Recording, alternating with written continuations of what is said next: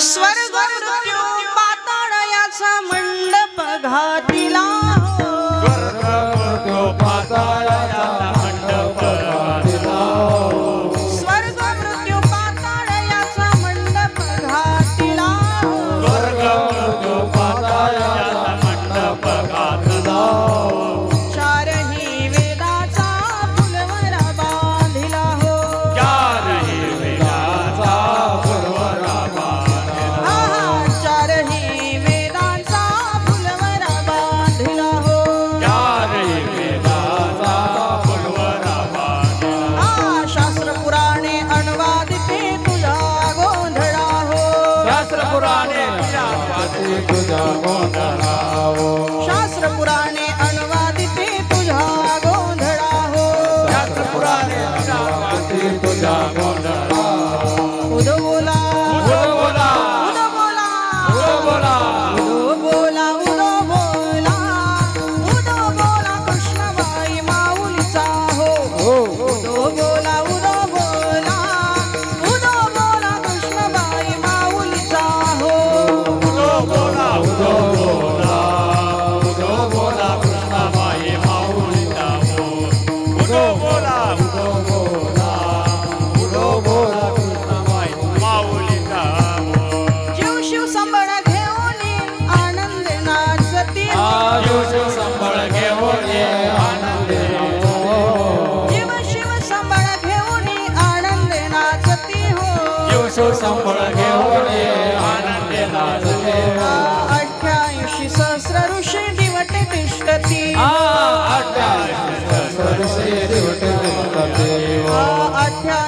सहस्र ऋषी दिवटे तिष्ठती 33 कोटी देव चामुंडा उदो उदो बोल 33 कोटी देव चामुंडा उदो उदो बोल 33 कोटी देव चामुंडा उदो उदो बोलती हो 33 कोटी देव चामुंडा उदो उदो बोलती उदो बोला उदो बोला उदो बोला उदो बोला उदो बोला उदो बोला उदो बोला कृष्णबाई माऊलीचा हो उदो बोला उदो बोला उदो बोला कृष्णबाई माऊलीचा उदो बोला उदो बोला उदो बोला कृष्णाबाई माऊलीचा हो उदो बोला उदो बोला उदो बोला कृष्णाबाई माऊलीचा आषाढी कार्तिक तुझ्या गोंधळाची दाटी आषाढी कार्तिक तुझ्या गोंधळाची दाटी हो आषाढी कार्तिक तुझ्या गोंधळाची दाटी आषाढी कार्तिक तुझ्या गोंधळाची दाटी हो कुंडलिक दिवटा शोभे वाळवंटी हो कुंडलिक दिवटा शोभे वाळवंटी हो कुंडलिक दिवटा शोभे वाळवंटी हो कुंडलिक दिवटा शोभे वाळवंटी एका जनार्दनी आंबा उभी करते होई कटी हो एका जनार्दनी आंबा उभी करते होई कटी हो एका जनार्दनी आंबा उभी करते होई कटी हो एका जनार्दनी आंबा उभी करते होई कटी हो उदो बोला उदो बोला उदो बोला उदो बोला उदो बोला उदो बोला उदो बोला कृष्णाबाई माऊलीचा हो उदो बोला उदो बोला उदो बोला बाई माऊलीचा हो उदो बोला उदो बोला उदो बोला कृष्णाबाई माऊलीचा हो उदो बोला उदो बोला उदो बोला कृष्णाबाई माऊलीचा हो बार कुमाई जय विठोबार जय जय विठोबार कुमाई विठोबार कुमाई जय जय विठोबार कुमाई विठोबार कुमाई विठोबार कुमाई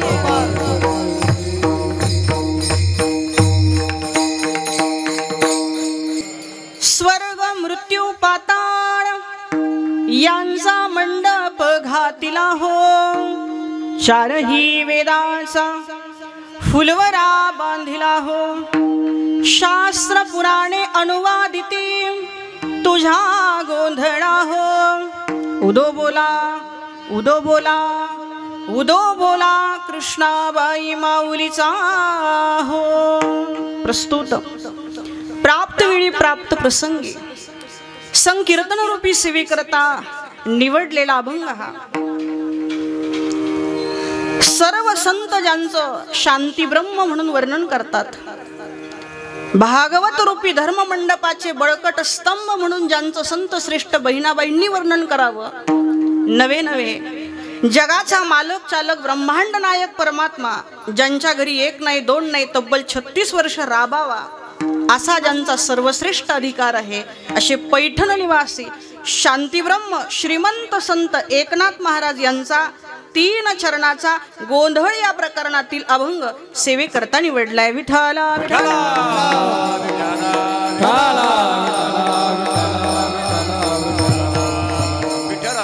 सेवेला प्रारंभ करण्यापूर्वी अल्पसा परिहार देणे उचित ठरेल. अकारण करुणावरुणालय भक्तवांछा कल्पतरु दीन बंधू कृपा सिंधू परात्पर परमाखिलेश्वर रुक्मिणी प्राण संजीवन भगवान श्री पंढरीश पांडुरंग परमात्म्याच्या तथा आई भगवती कोंगाई माता यांच्या इच्छेने साधू संतांच्या कृपाशीर्वादाने परमादरणीय हरिभक्तीपरायण सुनीताताई महाराज ढगे यांच्या कुशल अशा मार्गदर्शनाने कोंगाई माता महिला भजनी मंडळाच्या अथक परिश्रमाने समस्त ग्रामस्थांच्या पंचक्रोशीतील श्रोतू वर्गाच्या उत्साही उपस्थितीने आणि महाराष्ट्रातील नामवंत गुणीजनांच्या सहकार्याने संपन्न होत असणारा नवरात्रोत्सव श्री क्षेत्र दिंडोरी.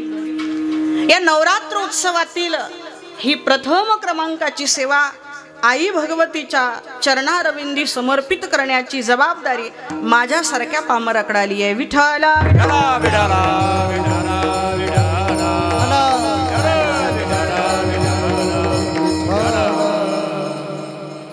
शारदीय नवरात्राचा औचित्य साधून त्या भगवत तत्वाची त्या भगवतीय शक्तीची आपल्याकडून काहीतरी वाक्पुष्पाने सेवा व्हावी या उद्देशाने अनेक ठिकाणं मोठमोठे सप्ताह सोहळे उत्सव चालू आहे. सप्ताह वेगळा, उत्सव तसा वेगळा. सप्ताह जो 7 दिवसाचा तो सप्ताह, 9 दिवस उत्सव. उत्सव त्याला म्हणतात ज्याच्यामध्ये सव उतू येतो, आनंद उतू येतो, त्याचं नाव आहे उत्सव. आणि नवरात्रोत्सव तसाच आहे. मला सांगायला आनंद वाटेल, आपण ज्या देशात जन्माला आलो तो देश दुसरा तिसरा कोणताही नसून भारत देश आहे. ज्या देशाची परंपरा, ज्या देशाची संस्कृती सामान्य संस्कृती नाहीये, तो वैभव संपन्न संस्कृती आहे. वैभव संपन्न का? कारण एका भारतीय संस्कृतीमध्ये जेवढे सण व्रत वैकल्य उपासना आहे तेवढे कुठल्याही संस्कृतीमध्ये नाही. तुम्ही म्हणाल यात काय मोठं आहे, जीवनातून सण डिलीट करा बरं, सगळे सण काढून टाका, व्रत वैकल्य सगळे, काय राहिलो? फक्त कमवायचं 2 टाइम. उपयोग आहे? सण आहे म्हणून आनंद आहे, उत्सव आहे म्हणून मांगल्य आहे. भारतीय संस्कृती ही वैभव संपन्न संस्कृती आहे. अनेक सणावारांची रेलचेल या संस्कृतीमध्ये आहे. काल ओघामध्ये काही सण लुप्त झाले, काही व्रत गेलीत, काही उत्सव गेली, पण अजूनही बरेच आहेत. त्यात श्रावणामध्ये जरा आधिक्य आहे. श्रावण सुरू झाला की सण वाढतात, उपासना वाढते. त्या श्रावणामध्ये गणेशोत्सव येतो, नंतर पितृपक्ष येतो, तदनंतर नवरात्रोत्सव येतो, दसरा येतो, काही दिवसात दिवाळी येते. ही जी शृंखला आहे ना, श्रावण आरंभ ते दिवाळी, ही शृंखला म्हणजे योगायोग नाहीये. मानवी जीवनाच्या कल्याणाचा हा उपासना क्रम आहे, पण प्रतिकात्मक वृत्तीने आहे किंवा प्रतिकात्मक रूपात आहे. आपलं काय होतं, आपण फक्त प्रतीक धरून ठेवतो, त्याच्या मूळ अर्थापर्यंत जात नाही. श्रावण का? श्रावण शब्दामध्ये एक शब्द दडलाय, त्याचं नाव आहे श्रवण. काय दडलंय श्रावणामध्ये? श्रवण. त्याचाच श्रावण ज्याचं श्रवण. काही श्रवण नसेल तर मग श्रावण येऊन सुद्धा उपयोग नाही. श्रावण महिना आला की जीवनामध्ये श्रवण घडावं. आजकाल मोठमोठे पांडाल लागतात, मंडप लागतात, कथा होतात, कीर्तनं होतात, आनंदाची गोष्ट आहे. पण पूर्वी घराघरामध्ये रामविजय, हरिविजय, पांडव प्रताप, नवनाथ कथासार हे ग्रंथ लागायचे. श्रावणामध्ये श्रवणाला महत्व आहे. कारण श्रावण महिना हा शरीर शुद्धीचा महिना आहे. कोणता महिना आहे? म्हणून व्रत वैकल्य उपवास पण जास्त आहे. श्रावणामध्ये काही लोक श्रावणी सोमवार करतात, काही श्रावणी शनिवार करतात, बाकी पर्व काळही येतात. काही लोक पूर्ण श्रावण महिना उपवास करतात. मला तर कौतुक त्या लोकांचं वाटतं. निषिद्ध खाणारे सुद्धा त्या महिन्यात खात नाही. बरोबर आहे की नाही? शरीर शुद्धीचा महिना म्हणजे श्रावण आहे. त्या श्रावणामध्ये श्रवण केलं की आत बाहेरून शरीर काय होतं?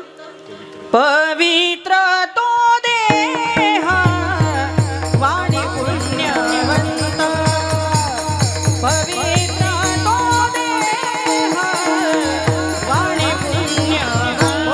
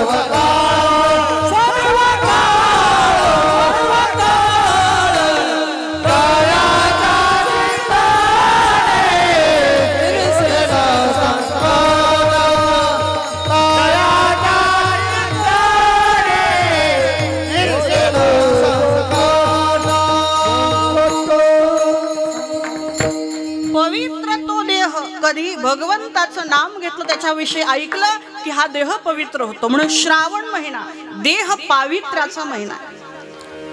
मग तिथेच गणेशोत्सव येतो. जीवनात पावित्र्य आलं की काहीतरी चांगल्या कामाचा आरंभ होतो, त्याला गणेशोत्सव म्हणतात. आणि कुठल्याही कार्याचा, चांगल्या कार्याचा आरंभ ज्यावेळेस होतो ना, त्यावेळेस तो आरंभ करत असताना वडीलधाऱ्यांच्या आशीर्वादाची फार गरज असते. म्हणून पुढे पितृपक्ष येतो की आमच्या जीवनामध्ये आम्ही काहीतरी चांगल्या दिशेला चाललोय, पण आमचे जेवढे काही पूर्वज आहे ना, त्या सगळ्यांचा आम्हाला काय मिळावा? आशीर्वाद. म्हणून हा जो पंधरवाडा आहे, ज्याला पितृपक्ष म्हणतात, पौर्णिमा ते कालची अमावस्या, सर्वांच्या घरचे पित्र किंवा सर्वांच्या घरचे श्राद्ध झाले.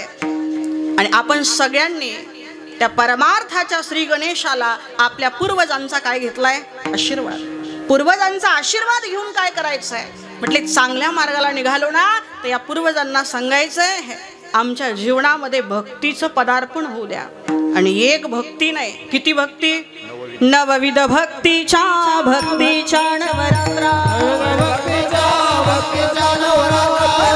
कोटी मागेन ज्ञानपुत्र, सद्भाव अंतरीच्या मित्र, दंभ सासरा सांदेन रूपात्र, आईचा जोगवा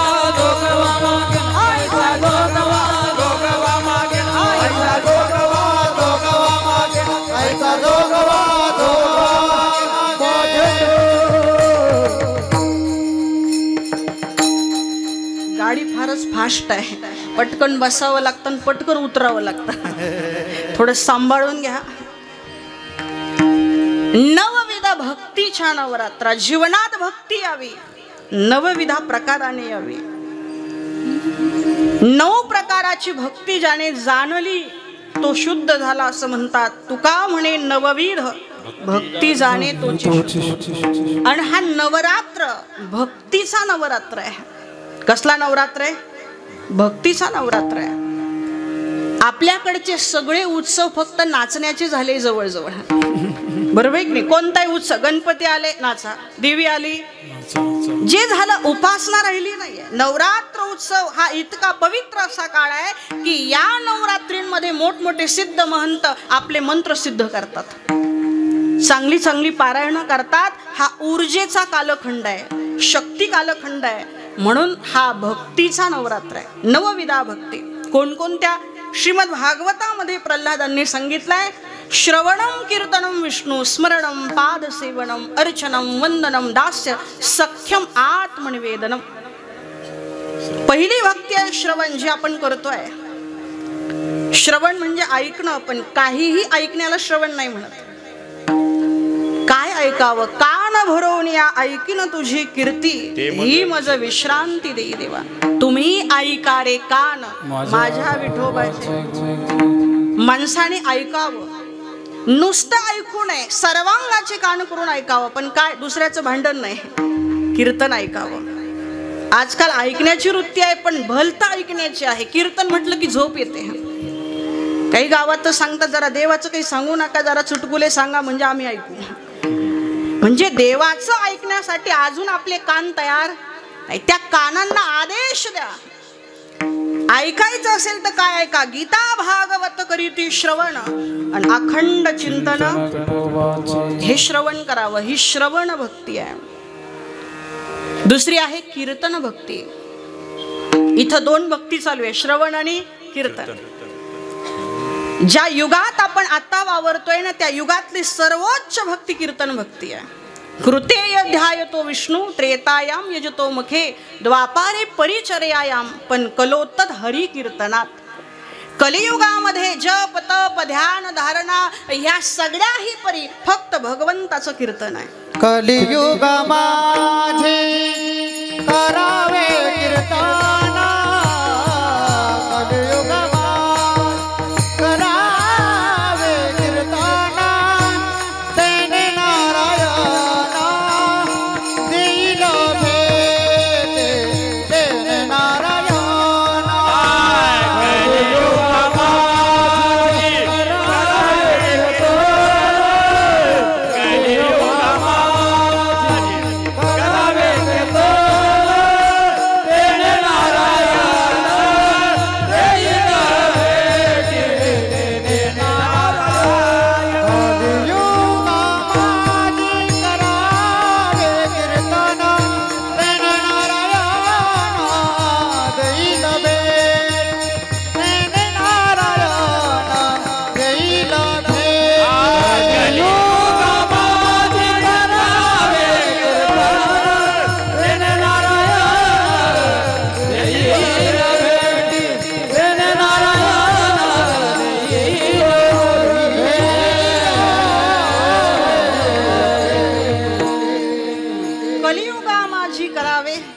कारण हरेर नाम हरेर नामेव केवलम कलो नास्तेव नास्तेव नास्तेव गतिरन्यथा.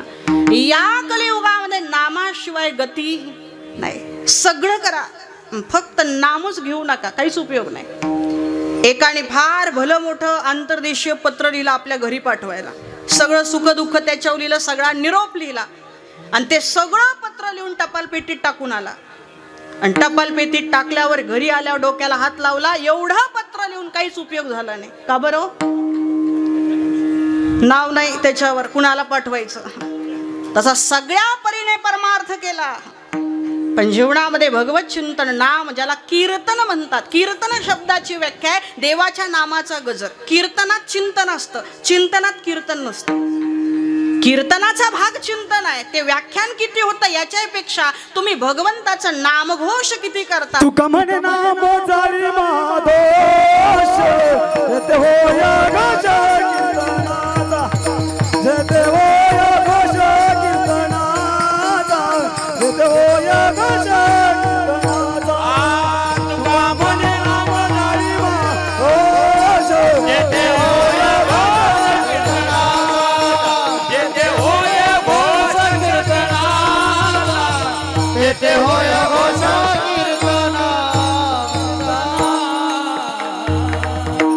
महादोष जाळण्याची ताकद कीर्तनात आहे, पण नामाचा घोष कीर्तनाचा म्हणजे नामाचा सततम कीर्तयंतो मा, सतत देवाचं चिंतन म्हणजेच काय आहे? कीर्तन आहे. कीर्तनाने तेने नारायण देईल भेटी म्हटलंय.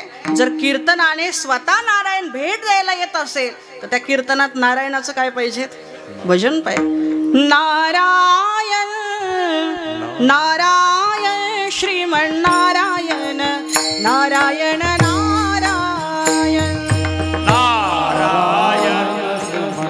नारायण श्रीमन नारायण नारायण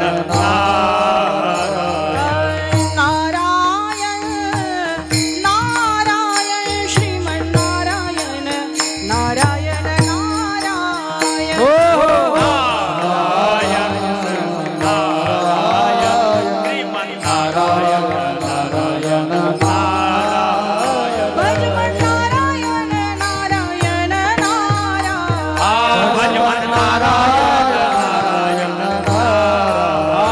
भजमन नारायण नारायण हरि नारायण नारायण नारायण हरे नारायण नारायण नारायण नारायण श्रीमन नारायण नारायण नारायण नारायण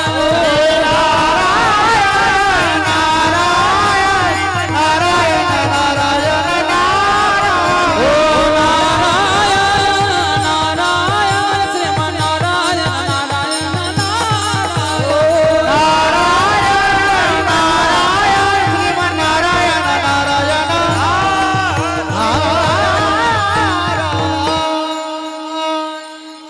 याला कीर्तन म्हणतात. देवाच्या नावाचा घोष जो आहे ना, येणे नारायण देईल भेटी, म्हणून कीर्तन भक्ती. पुढे म्हटलंय विष्णू स्मरण. यस्य स्मरण मात्रेण जन्म संसार बंधनात, ज्याच्या फक्त स्मरणाने जन्म रूपी बंधन मृत्यू रूपी बंधन तर त्याचं स्मरण करावं, अखंड त्याचं स्मरण करणं स्मरण भक्ती. पुढे म्हटलंय पाद सेवन भक्ती. त्याचे जे चरण आहे ते सर्वोपरी समजून त्या चरणांची पूजा करणं, दर्शन घेणं, त्याची सेवा ही पादसेवन भक्ती. पादसेवेने अक्रूर झाला ब्रह्मरूप, प्रत्यक्ष स्वरूप गोविंदाचे वर्णन आहे. अक्रूरजींनी देवाचे पाय ज्या भूमीवरती असतात ना त्या भूमीवरती लोळण घ्यावी. अक्रूरजी आजही ती वृंदावनात परंपरा आहे. रमण रेतीला गेलं की सगळे लोक लोळतात. का बरं? त्या भूमीला काही नाही, तिथं माझ्या कन्हैयाचे माझ्या श्यामसुंदराचे पाय पडलेत ना, ती रज सुद्धा माझ्यासाठी फार श्रेष्ठ आहे. म्हणून पादसेवने अक्रूर झाला ब्रह्मरूप, ही पादसेवन भक्ती. पुढे म्हटलंय अर्चन भक्ती.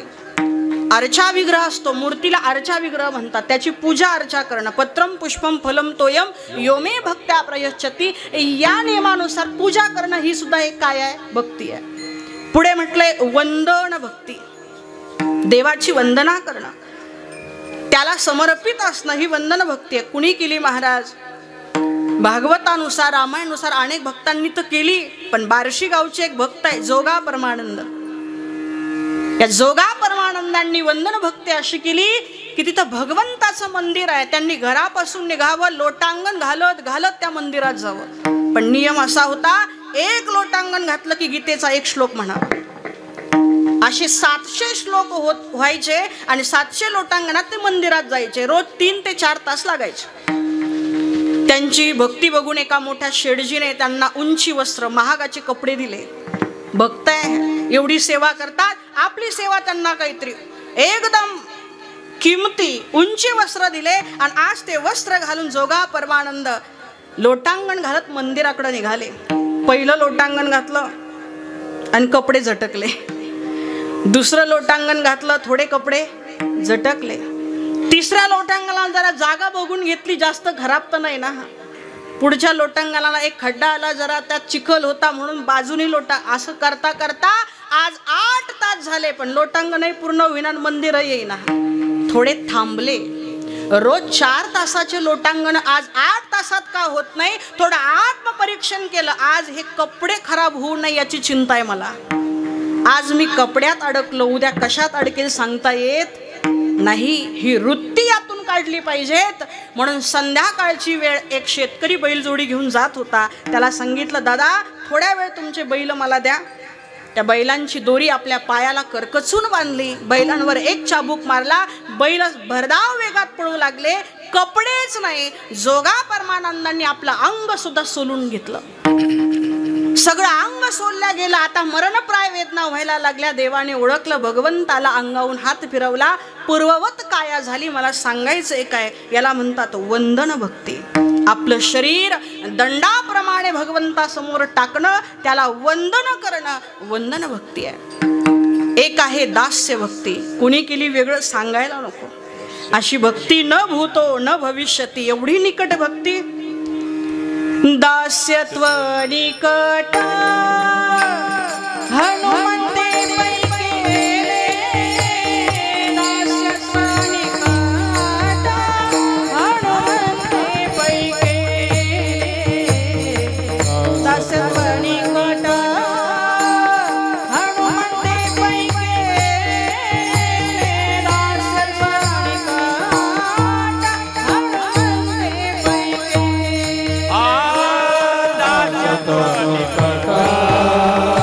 हनुमंते पैकेले.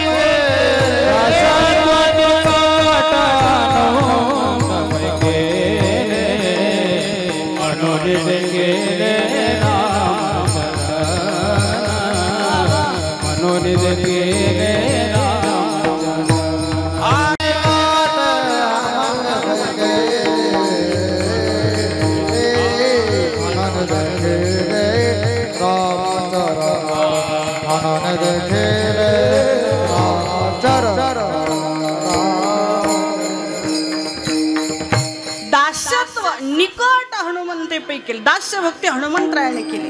दास होणं एवढं सोपं नाही, आपल्याला तर शक्यच नाही. म्हणून लाज वाटे मना तुझा म्हणविता दास. दास. पुढची भक्ती आहे सख्य भक्ती. कुणी केली? उद्धवांनी केली, अर्जुनाने केली, गोपालांनी केली. अहो भाग्यम नंद गोप व्रजय कसाम यन्मित्र परमानंदम पूर्ण ब्रह्म सनातनम. भगवंताची सख्य भक्ती केली. अर्जुनाने एवढं सख्यत्व देवाशी केलं की हा कोपे की बुझावीत जाय, रुसे हा कोपे की निवान तुसायन, रुसे की बुझावीत जाय. आणि नवल पिसे लागले आहे पार्थाचे देवा. सख्य भक्ती. शेवटचे आहे आत्मनिवेदन भक्ती. मला या नवविधा भक्ती सांगण्याचं तात्पर्य नवरात्राशीच आहे. आत्मनिवेदन भक्ती कुणी केली? आत्मनिवेदन भक्ती केली आमच्या बडी महाराजांनी. आत्मनिवेदन भक्ती म्हणजे काय थोडं समजून घ्या. देवाने दिलेली प्रत्येक गोष्ट प्रसाद म्हणून स्वीकारणं, याचं नाव आहे आत्मनिवेदन भक्ती. काय होतं, बळीराजा ज्यावेळेस 99 यज्ञ करून 100वा यज्ञ करतोय, वामन रूपात परमात्मा समोर आलाय मागण्यासाठी. बळीने सुरुवातीला ओळखलं नाही, देवाला सांगितलं मागा काय मागायचं.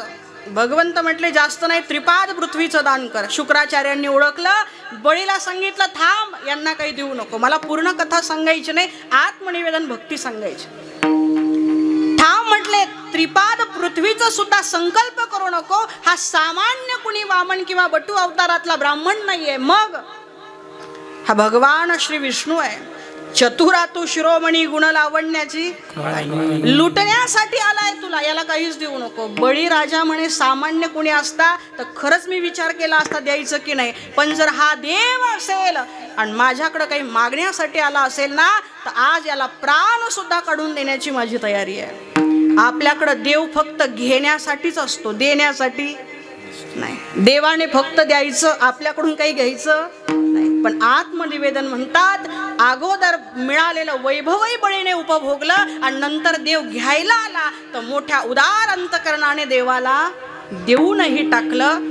भगवंताने दिलेल्या फक्त सुखावर प्रेम करायचं नसतं, तर कदाचित देवाने दुःखही दिलं तरी तो देवाचा प्रसाद मानायचा असतो. हे आत्मसमर्पण, याचं नाव आहे आत्मनिवेदन भक्ती.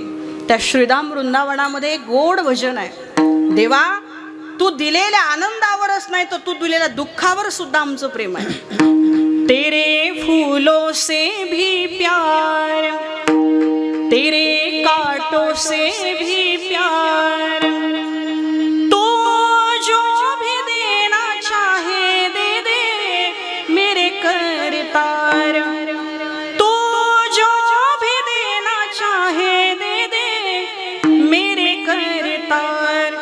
तेरे फूलों से भी प्यार, तेरे कांटों से भी प्यार, तेरे फूलों से भी प्यार, तेरे कांटों से भी प्यार, तेरे फूलों से भी प्यार, तेरे कांटों से भी प्यार, तेरे फूलों से भी प्यार, तेरे कांटों से भी प्यार. हमको दोनों है पसंद तेरी धूप तेरी छाव, हमको दोनों है पसंद तेरी धूप तेरी छाव. दाता किसी भी दिशा में ले चल, जिंदगी की ना चाहे हमें लगा दे पार, याद बादे मझधार, तू जो भी देना चाहे दे दे मेरे करतार, तू जो भी देना चाहे दे दे मेरे करतार. तेरे फूलों से भी प्यार, तेरे कांटों से भी प्यार, तेरे फूलों से भी प्यार, तेरे कांटों से भी प्यार. ही आहे आत्मनिवेदन भक्ती. दोन्ही गोष्टी देवाच्या प्रिय असाव्या, ह्या नवविधा भक्ती सांगितल्या गेल्या अगदी संक्षिप्त रूपात. या नवविधा प्रकारच्या भक्तीने आई जगदंबेची सेवा करण्याचा उत्सव म्हणजे नवरात्रोत्सव. आता काही जण म्हणतील की ही भगवती आहे आणि तो भगवंत आहे. ऐका, या दोघांना वेगळं समजण्याचा मानसिक गुन्हा सुद्धा कुणी करू नये. मला सांगा, एक फूल आणि त्याचा सुगंध याच्यात किती किलोमीटरचं अंतर असतो? फूल आणि सुगंध जसे एक आहे, तसे आदिशक्ती आणि आदि नारायण एक आहे. सूर्य आहे तर किरण आहेच, आणि समुद्र आहे तर लाटा आहेच.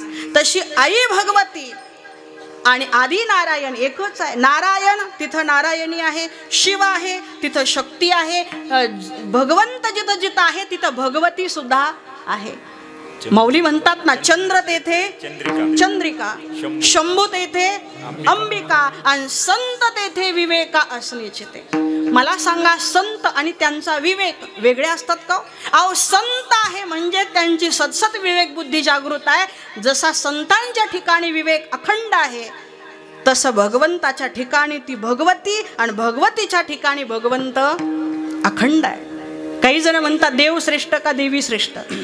हा ज्याच्या त्याच्या श्रद्धेचा विचार आहे. पण मी तुम्हाला एक उत्तर मागते. एक हरभरा आहे, तो मधोमध फोडला, त्याच्या 2 हरभऱ्याच्या डाळी झाल्या.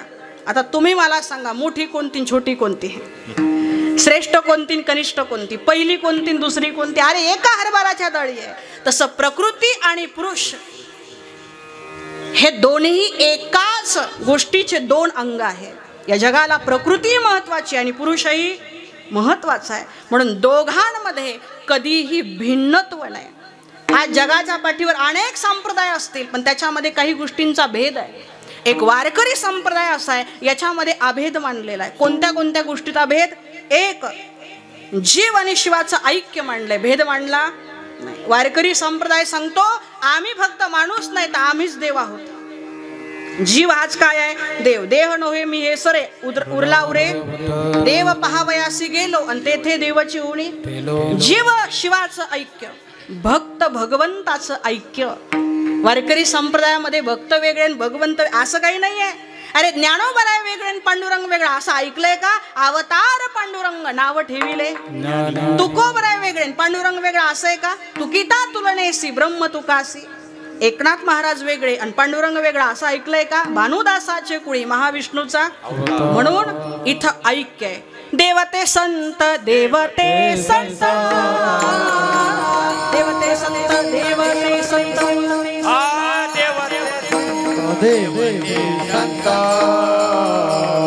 देवते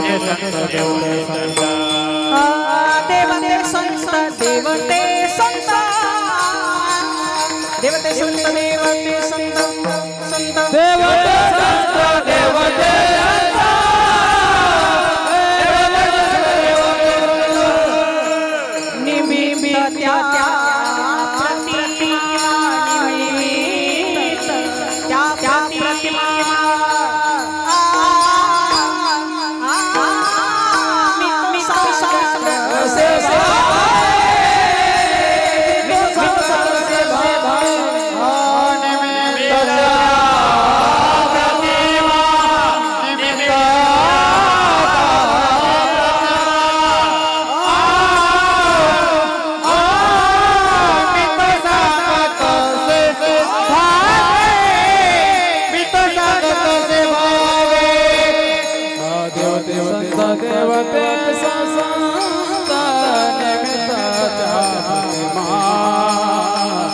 देवते त्या प्रतिमा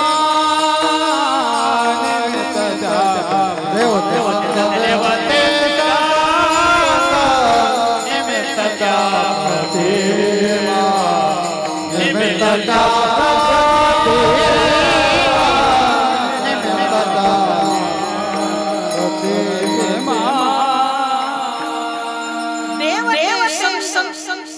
देवते संत.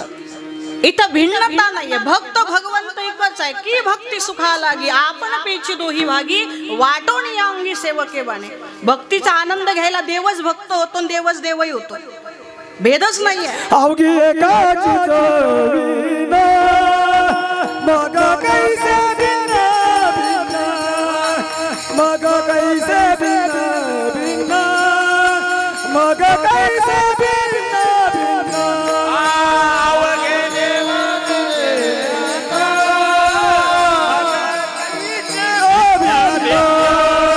मग कैसे भिन्न भिन्न मग कैसे भिन्न भिन्न. काय प्रमाण दिलं? अवघी एकाची चवीना मग कैसे भिन्न भिन्न. भक्त आणि भगवंतासाठी हे प्रमाण असावं की दोघही भिन्न नाही, एकच आहे. वारकरी संप्रदाय अजून एक ऐक्य मांडलं, सगुण निर्गुणाचं ऐक्य. काही पंथ सगुण मानतात, निर्गुण मानत नाही. काही निर्गुणच मानतात, सगुण एक वारकरी संप्रदाय तुझा सगुण म्हणू की आणि सगुण निर्गुण एकू गोविंद. अजून वारकरी संप्रदायामध्ये हरिहराचं ऐक्य मानलं. काही शैव आहेत जे विष्णूंना मानत नाही. काही वैष्णव आहेत असे की ते शैव म्हणजे शिवांना मानत नाही. वारकरी संप्रदाय म्हणतो हरिहरा भेद नाही नका करू ऐक्य. अरे भोलेनाथ हे वैष्णवानाम यथा शंभू, पहिले वैष्णव भोलेनाथ आहे. शिवराम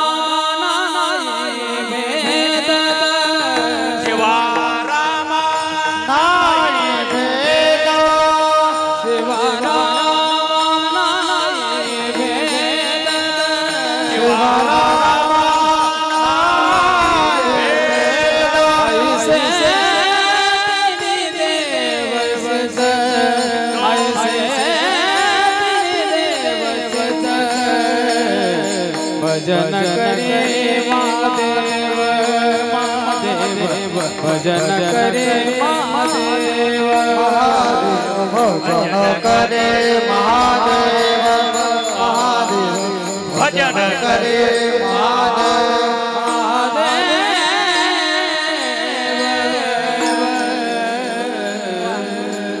शिवारामा नाही भेद, तिथं ऐक्य म्हणलं. जीव शिवाचं ऐक्य, भक्त भगवंताचं ऐक्य, सगुण निर्गुणाचं ऐक्य, हरिहराचं ऐक्य आणि देव आणि देवीचं सुद्धा ऐक्य वारकरी संप्रदायाने मांडलं. वारकऱ्याला कोल्हापुरात जी दिसते तीच पंढरपूरलाही दिसते. वारकऱ्याला गडावर जी दिसते तीच पंढरपुरात दिसते. त्याच्या दृष्टिकोनातून ती वेगळी आणि तो वेगळा असं होत नाही. देव आणि देवी हे एकच तत्व आहे हे संप्रदायाने मान्य केलेलं आहे. काही जण म्हणतील संप्रदायाने देवी मान्य केली, पण कोणती देवी मान्य केली? अनेक देव्यांचे प्रकार आहे, घडवलेल्या, बसवलेल्या, बांध्यावरच्या, गावा काय असतील ते वेगवेगळ्या. ऐका, संप्रदाय देवीचं ऐक्य मानतोय, देवी मानतोय, पण कोणतीही देवी मानत नाही. हा माणसाने घडवलेली देवी संप्रदाय मानत नाही, तर ज्या देवीने हे विश्व घडवलं ती देवी मानतो. तिला कुणी नाही घडवलं, तिने सगळं घडवलंय. तिच्या अगोदर कुणी नाही, तर तीच सगळ्या अगोदर आहे. अनादि अंबिका अनादि अंबिका भगवती अनादि अंबिका भगवती अनादि अंबिका भगवती अनादि अंबिका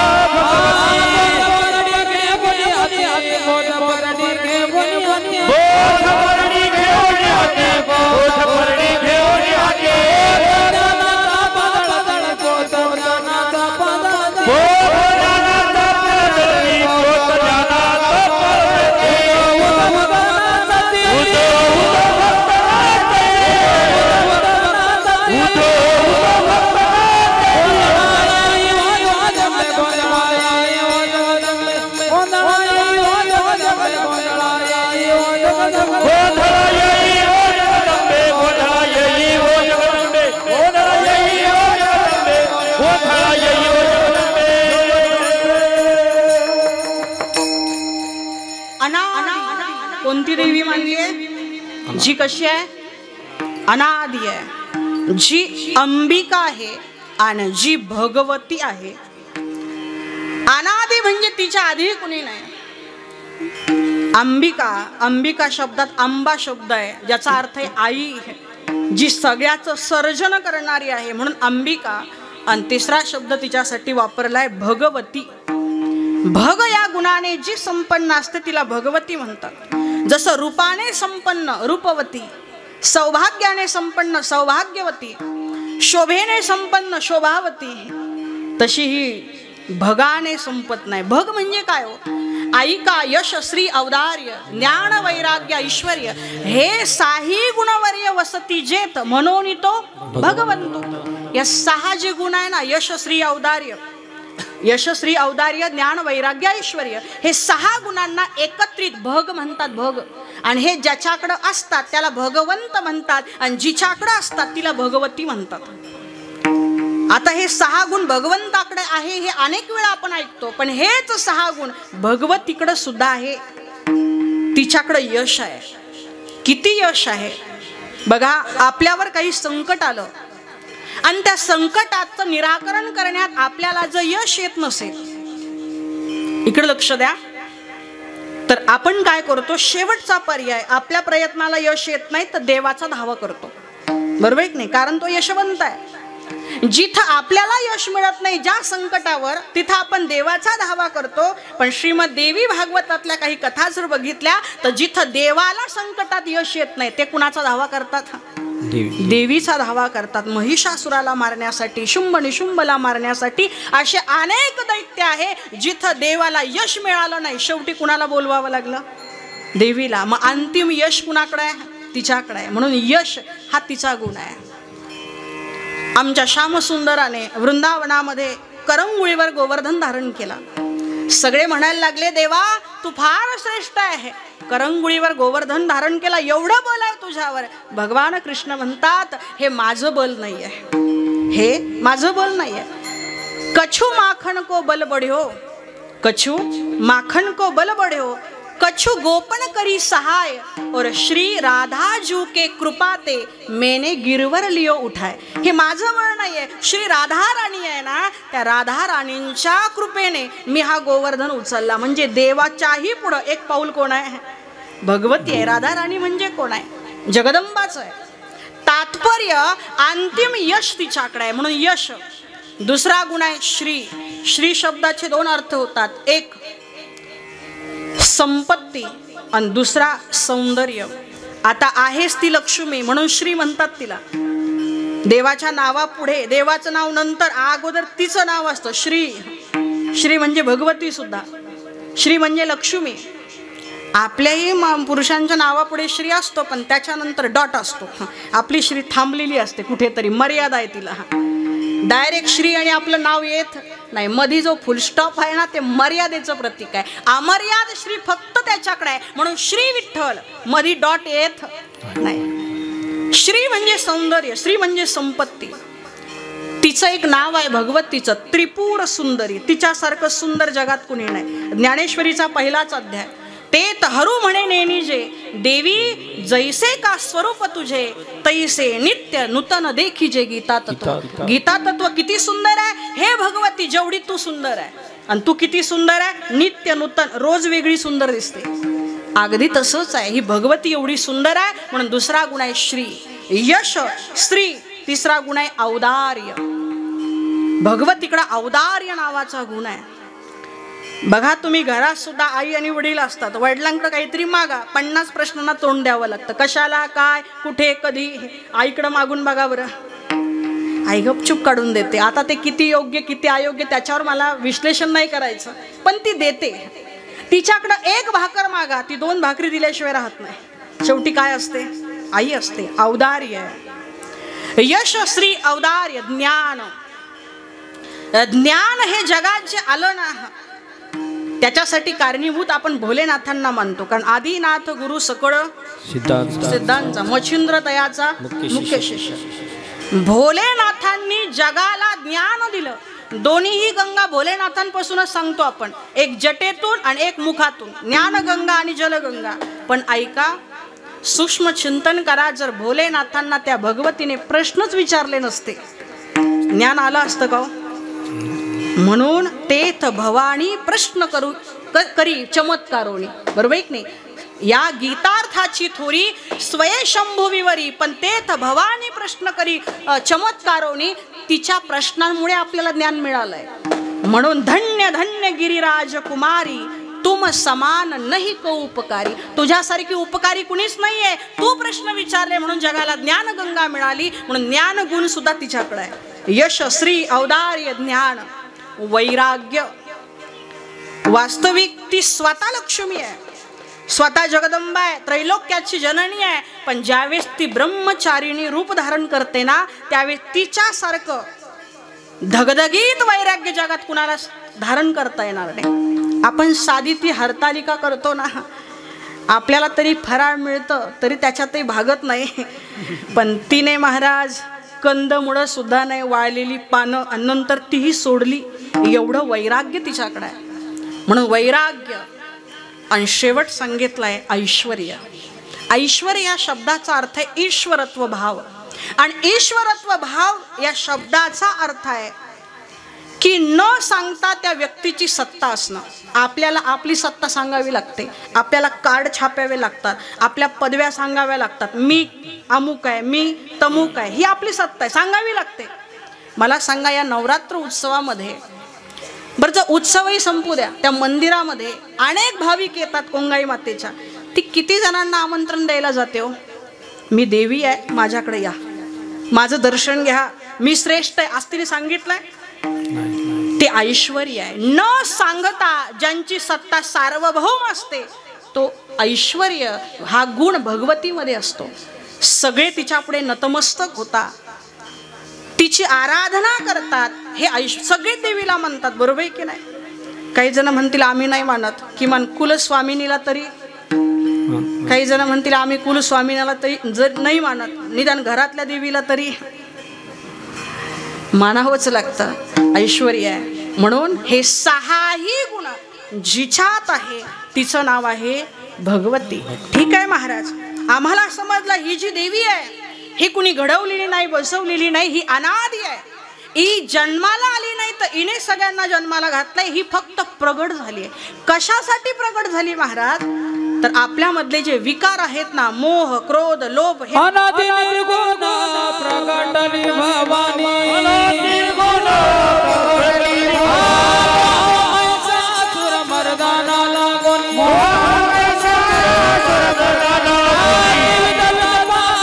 करावया झाडणी लागे तू पावसी निर्वाणी.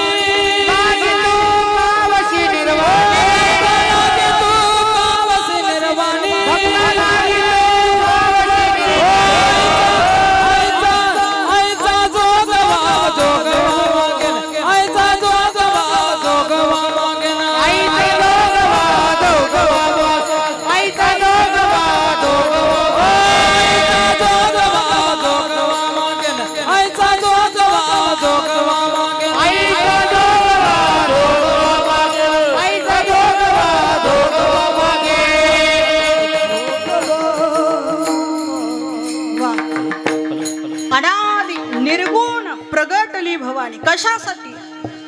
मोह नावाच्या महिषासुराला मारण्यासाठी. हा एकच महिषासुर नाहीये, अशा अनेक महिषासुर आहे. क्रोध महिषासुर आहे, लोभ महिषासुर आहे. अंतकरणातले विकार संपवण्यासाठी जी एक दिव्य शक्ती प्रगट होते तिचंच नाव आहे जगदंबा. ती प्रगट झाली की आतले सगळे असुर मारून टाकते. यासाठी तिचं प्रगटीकरण आहे. अजून काय करते? त्रिविध तापाची करावया. आपल्या प्रत्येकाच्या ठिकाणी 3 ताप आपल्याला त्रास देतात. आधी भौतिक, आधी दैविक आणि आध्यात्मिक. आधी भौतिक उपद्रव दिला ताडीला अथवा निस्तेजीला, तेने चित्ता दाहो झाला, तो आधी भौतिक बोलीजे. माणसाला माणसापासून होणारा ताप त्याचं नाव आहे आधी भौतिक ताप. बरेच लोक आहे 2 शब्द जरी कुणाशी बोलतील तरी वाकडेच बोलतात, बरोबर आहे की नाही? माणसाने असं बोलावं की समोरच्याला जखमा होऊ नये, असतील तर त्या बऱ्या व्हाव्या. वेची ते वचन जेणे राहे समाधान. मधुरावाणी होती तुका म्हणे वाव पोटी, तुका म्हणे वाव पोटी, तुका म्हणे वाव पोटी. मधुरावाणी होती तुका म्हणे वाव पोटी, तुका म्हणे वाव पोटी, तुका म्हणे वाव पोटी. संतांची जशी वाणी आहे मधुरावाणी उठी, तशी वाणी जीवनामध्ये असावी. कारण जिभेला झाली जखम तर लवकर बरी होते, पण जिभेने झालेली जखम बरी होत नाही. म्हणून आधी भौतिक ताप आहे. आपल्याला बोलताना जरा विचार करून बोलावं. हा आधी भौतिक ताप. दुसरा आहे आधी दैविक. अतिवृष्टी, अनावृष्टी, दुष्काळ हा दैविक ताप आहे. सध्या तर 12 महिने पाऊसच आहे. कोणता महिना उन्हाळ्याचा आहे तो शोधता येईना. हे का आहे? हा आधी दैविक ताप आहे. काही जण म्हणतील मग दैविक म्हणजे देवाने दिला का? नाही, आपणच निर्माण केला आहे. आपण प्रदूषणाची हानी केली आहे. आपली डेव्हलपमेंट एवढी वाढली आहे की निसर्गाची हानी झाल्यामुळे निसर्ग आपल्याला देतो ही शिक्षा. हे आधी दैविक ताप. आणि आध्यात्मिक ताप म्हणजे शरीरात असाध्य रोग निर्माण होणं. ह्या तिन्ही तापांपासून मोक्ष हवा असेल तर एक दैवी शक्तीची गरज आहे. आणि ती शक्ती म्हणजे भगवती आहे. अनादी जगदंबा जी आहे ती प्रगट होते. मोह नावाचा महिषासुर मारते, त्रिविध तापाची झाडणी करते, अशी ही भगवती. या भगवती खऱ्या अर्थाने प्रगट होऊन या सगळ्या गोष्टी करते. ठीक आहे, आम्हाला समजलं ती अनादी आहे, ती कशासाठी प्रगट होते, पण आता हे सांगा ती राहते कुठं, नेमकं तिचं कोणतं गाव आहे, कोणतं क्षेत्र आहे. तर ऐका, भगवती ती एक शक्ती आहे, ती एका ठिकाणी राहत नाही. कुठं राहते सांगू? या देवी सर्वभूतेषु शक्तिरूपेण संस्थितः नमस्तस्ये नमस्तस्ये नमस्तस्ये नमो नमः. सर्वभूतेषु सर्वांमध्ये ती वास करते. कोणत्या रूपात? शक्ती रूपात. आज आपण मी बोलू शकते, तुम्ही ऐकू शकतात, बसू शकतात, उठू शकतात, ती शक्ती आहे म्हणून. शक्ती मायनस करा जीवनातून, काही राहतं का? नाही. म्हणून ती सगळ्यांमध्ये आहे. कोणकोणत्या रूपात? शक्ती रूपात आहे. पण या देवी सर्वभूतेषु बुद्धिरूपेण संस्थिता, या देवी सर्वभूतेषु शांतिरूपेण. एवढंच काय, एखाद्याला जर डुकली लागली असेल तर या देवी सर्वभूतेषु निद्रारूपेण. ती व्यापक आहे, तिचं एक ठिकाण नाही की ती एवढ्याच ठिकाणी मर्यादित आहे. मग अशी जर देवी असेल जी अनादी आहे, व्यापक आहे, अशा देवीचा गोंधळ घालावा असं आमच्या नाथबाबांना वाटलं. मग देवी जर एवढी मोठी आहे, व्यापक आहे, तर गोंधळ छोटा राहील का? छोटा राहील गोंधळ? मग गोंधळ सुद्धा व्यापक पाहिजे, मोठा पाहिजे, नियोजन जबरदस्त पाहिजे. एखादा मोठा सप्ताह करायचा असेल ना, तर पहिला प्रश्न पडतो, ग्राउंड कोणतं, जागा कोणती, बरोबर आहे की नाही, कोणत्या ठिकाणी ठेवावा, तालुक्याच्या की गावाच्या ठिकाणी, हे सगळं बघावं लागतं. जेवढा कार्यक्रम मोठा तेवढी जागा सुद्धा कशी लागते, मोठी. आता ही एवढी व्यापक देवी आहे, हिचा गोंधळ घालायचा आहे, मग मोठी जागा लागणार आहे. किती व्यापक, किती व्यापक. नाथ बाबा म्हणे हिच्या गोंधळाचा पहिले तर मंडप द्यायचा आहे ना, तो एका लोकात सुद्धा मावणार नाही. म्हणून या गोंधळाचा मंडप त्रैलोक्यात देण्यात येईल. अभंगाच्या प्रथम चरण. स्वर्ग मृत्यू पाताळ याचा मंडप कातीला, स्वर्ग मृत्यू पाताळ याचा मंडप कातीला, मृत्यू पाताळ याचा मंडप कातीला, स्वर्ग मृत्यू पाताळ याचा मंडप कातीला. हरी वेदांचा फुलवरा बांधिला, हरी वेदांचा फुलवरा बांधिला, शास्त्र पुराणे अनुवादित तुझा गोंधळ मांडला, शास्त्र पुराणे तुझा गोंधळ मांडला, शास्त्र पुराणे अनुवादित तुझा गोंधळ मांडला, शास्त्र पुराणे अनुवादित तुझा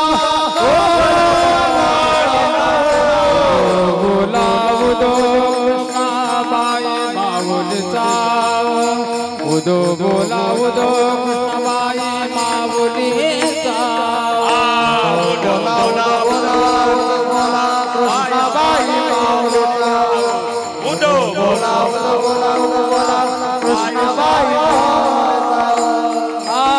स्वर्ग मृत्यू पाताळाचा मंडप कातीला, स्वर्ग मृत्यू पाताळाचा मंडप कातीला, स्वर्ग मृत्यू पाताळाचा मंडप कातीला, स्वर्ग मृत्यू पाताळाचा मंडप कातीला, चारी वेदाचा फुलवरा बांधिला, चारी वेदाचा फुलवरा बांधिला, चारी वेदाचा फुलवरा बांधिला, चारी वेदाचा फुलवरा बांधिला,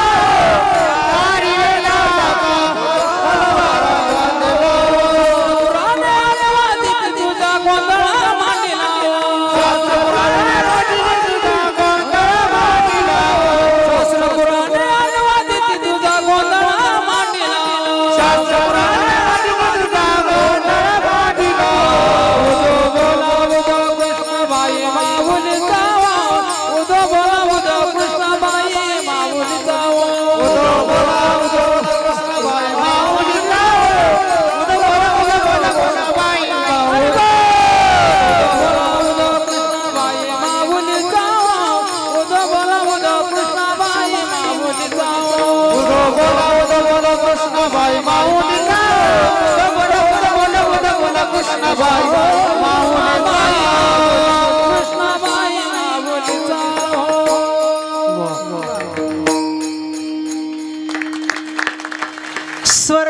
मृत्यू पाताळ याचा मंडप घातला. देवीचं व्यापकत्व सांगण्यासाठी आपण प्रस्तावना एवढी व्यापक केली, कारण ही सामान्य देवी नाही आहे, ही व्यापक आहे. ती जर सर्व भूतांमध्ये आहे तर तिचा मंडप थोडा घालून चालेल का? छोटासा मंडपात ती मावणारच नाही, तेव्हा गोंधळ कधी होईल? म्हणून मंडप कुठं दिलाय? म्हटलंय स्वर्ग मृत्यू त्रैलोक्यात तिचा मंडप आहे. अर्थ त्रैलोक्यात ती मानली जाते. आता मंडप घालणं ही सर्वसामान्य गोष्ट आहे. स्वर्ग आता एक लक्षात घ्या, काही गोष्टींना आपल्या फक्त ऐकिवात आहे, त्या अनुभवात नाही. आपण अनेक वेळा परीस म्हणतो, पाहिलाय का आपण? कामधेनू, चिंतामणी, या गोष्टी सगळ्या ऐकिवातल्या. तसं स्वर्ग लोक इथं बसल्यापैकी कुणी पाहिला, आणि ज्यांनी पाहिला तो इथं बसला. मी सुद्धा सांगते पण पाहिला नाही, आणि ज्या दिवशी पाहिल त्या दिवशी सांगण्यासाठी येईल का नाही सांगता येत नाही. स्वर्ग लोक मग का हो मानायचा का नाही? संत म्हणतात, शास्त्र म्हणतात, म्हणून मानावाच लागेल. तस्मात शास्त्र प्रमाणम ते कार्याकार्यो व्यवस्थित. स्वामी विवेकानंदांना सुद्धा एक ठिकाणी अमेरिकेमध्ये अडवलं. तुम्ही स्वर्गाची कथा सांगतायत किंवा तुम्ही सांगतायत तुमच्या देशामध्ये प्रेमाने राहिलं, सत्कर्म केलं, भक्ती केली की स्वर्ग मिळतो. खरंच स्वर्ग आहे का? विवेकानंद म्हणे तसा मीही वर गेलो नाही, त्याच्यामुळे पाहिला नाही. पण जे शास्त्रात सांगितलंय ना, जे आचरण ते जर करत राहिलं तर वर गेल्यावर स्वर्ग मिळो ना मिळो, पण जीवनाचा खाली स्वर्ग होतो. पण स्वर्ग आहे, स्वर्ग आहे याचं कारण संतांनी सांगितलं. म्हणून स्वर्गीचे अमर इच्छिताती, ज्या अर्थी संतांनी सांगितलं तर संताचे पायी हा माझा विश्वास. म्हणून स्वर्ग लोक. दुसरं म्हटलंय मृत्यू लोक. स्वर्ग मृत्यू, मृत्यू लोक सगळ्यांना परिचित आहे, कारण आपण इथं मुक्कामीच आहोत. मृत्यू लोकाचं काय सांगायचं, त्याचं नावच त्याची ख्याती सांगतं. इथं मृत्यू सोडून कसलीच गॅरंटी नाही, कसलीच नाही. जगत असताना धन मिळेल का नाही? गॅरंटी नाही. मिळालं खूप धन, टिकेल का नाही? गॅरंटी नाही. धन टिकलं, भोगायला आपण टिकू का नाही? गॅरंटी नाही. आहे का गॅरंटी? इथं एका गोष्टीची 1000% गॅरंटी आहे. काय? मरावं लागेल. हे सोडून कसलीही ज्याच्यात गॅरंटी, त्याचं नाव आहे मृत्यू लोक. आणि पाताळ, जिथं बळीचं राज्य आपण कथा बघून आलो, असा स्वर्ग मृत्यू पाताळ मंडप घातला. का हो? मंडप आम्ही घालतोच. आपल्याकडं तर एवढं सहज झालंय या गोष्टी, घरात जागा नसते, काही कार्यक्रम असला की मंडप घालतात. बरोबर आहे की नाही? अगदी 10वा असेल तरी त्या दारापुढे मंडप घालतात.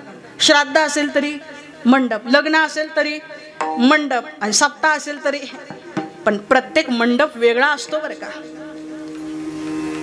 लग्नाचा मंडप वेगळा ओळखू येतो, सप्ताहाचा मंडप ओळखू येतो, आणि 10व्याचाही आणि श्राद्धाचाही मंडप ओळखू येतो. लग्नाचा मंडप असेल तर त्या मंडपामध्ये आंब्याची डहाळी लावली जातात, खांबांजवळ माथणी ठेवली जातात. समजता हा मंडप कसला आहे? त्याच्यात एकही माणूस नसू द्या, पण लांबून कळतच लग्नाचा मंडप आहे. सप्ताहाचा मंडप असेल तर भगवे ध्वज असतात किंवा देवाची प्रतिमा असते, चैतन्य एवढं असतं की सहज कळतं हा सप्ताहाचा मंडप आहे. आणि 10व्याचा आणि श्राद्धाचा मंडप एवढा सुना असतो की आपोआपच कळतं इथं कोणीतरी गेलेलं आहे. 4 माणसं रुदन करत किंवा शांत बसलेली असतात. प्रत्येक मंडपाची एक ओळख आहे. नाथ बाबा तुम्ही गोंधळाचा मंडप घातला म्हणतात, पण हा मंडप गोंधळाचाच आहे, याची काही खूण आहे का? नाथ बाबा म्हटले मग हा गोंधळाचा मंडप आहे ना, म्हणून याला आम्ही फुलवरा बांधलाय. आपल्याकडे पण देवीच्या घटासमोर छोटासा मंडप टाकतात, बरोबर की नाही? आणि मग त्या मंडपाला सप्तमी, अष्टमी, नवमी काय असेल असा आपण फुलवरा लावतो. नाथ बाबा म्हणतात माझा मंडप विस्ताराचा आहे, मोठा आहे ना, मी त्याला तो मंडप गोंधळाचा आहे, देवीचा आहे हे कळण्यासाठी त्याला फुलवरा बांधलाय. कसला फुलवरा बांधला? कडकण्याचा, पुऱ्याचा? नाथ बाबा म्हणे नाही, 4ही वेदाचा फुलवरा बांधिला हो. 4 वेदाचा फुलवरा त्या मंडपाला. वेदाचाच का? कारण नाथ बाबा म्हणे मला हे सांगायचंय की हा गोंधळ काही आजचा उद्याचा नाहीये, हा वेद काळापासून आहे, वेद प्रणीत आहे, वेद मान्य गोंधळ आहे. उगाच कुणीतरी परंपरा काढली गोंधळ करायचा असं नाही. वेदाला आपल्या संस्कृतीमध्ये, धर्मामध्ये फार मोठं स्थान आहे, अग्रगण्य स्थान आहे. जो वेद मानतो तो आस्तिक, आणि देव जरी मानतो पण वेद अमान्य असेल तो नास्तिक. म्हणून वेदाचं स्थान फार मोठं आहे. श्रीमद भागवताच्या पंचम स्कंदामध्ये असं सांगितलंय, वेदाचं स्थान जोपर्यंत भूतलावर आहे तोपर्यंत हे जग टिकणार आहे. गोभीर विप्रश वेदेश सतिभी सत्यवादिभी अलुर्भेदान वीरेश सप्तैर्ते धारयतेर मही. ही मही या 7 गुणांमुळे टिकली आहे आणि त्यात एक आहे वेद. म्हणून 4 वेदाचा फुलवरा बनला. अथर्ववेद असेल, यजुर्वेद असेल, सामवेद असेल, ऋग्वेद असेल, 4 वेदांनी हा मंडप सजवलाय. ठीक आहे महाराज, मंडप फार मोठा आहे, तो 4 वेदांनी सुशोभित केलेला आहे आणि त्या मंडपात देवीचा गोंधळ घालायचा आहे, तिचं गुणगान करायचं आहे. तर गुणगान करणारे अनुवादक, गाणारे ते पण मोठेच लागतील ना. मग ते कोण आणलेत म्हटले, साधे नाहीये. व्यासवसिष्ठ सुख गोंधळी, व्यासवसिष्ठ सुख गोंधळी, व्यासवसिष्ठ सुख गोंधळी, व्यासवसिष्ठ सुख गोंधळी. नाचताती सोहमणी, नाचताती सोहमणी, नाचताती सोहमणी, नाचताती सोहमणी. द्वैत भाव विसरून बळी, द्वैत भाव विसरून बळी, द्वैत भाव विसरून बळी, द्वैत भाव विसरून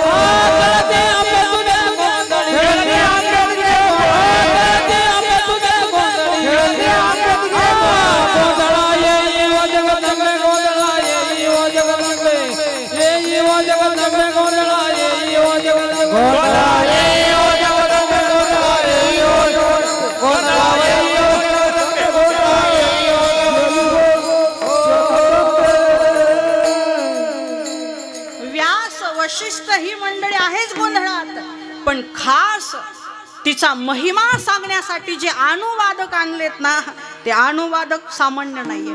ते शास्त्र पुराणे अनुवादती तुझ्या गोंधळावर. सप्ताहामध्ये जसे गाणारे वाजवणारे तर असतातच, पण पारायण करणारे थोडे वेगळे असतातच ना. तसं आहे, हे अनुवादक वेगळे आणि गोंधळी पुन्हा वेगळे. 6 शास्त्र 18 पुराण हे तिचं गुणगान करतात महाराज. आई भगवतीची महिमा सांगतात. 6 पुराणांनी तेच सांगितलं, चहुवेदी जाण 6 शास्त्रे कारण 18 पुराण हरिशी गाती. तसं इथं सगळे शास्त्र पुराण तिचा महिमा गातात, तिचा गोंधळ. कसं गातात? उदो बोला उदो बोला उदो बोला उदो बोला उदो बोला कृष्ण बाई माऊलीचा. उदो बोला उदो बोला उदो बोला कृष्ण बाई माऊलीचा.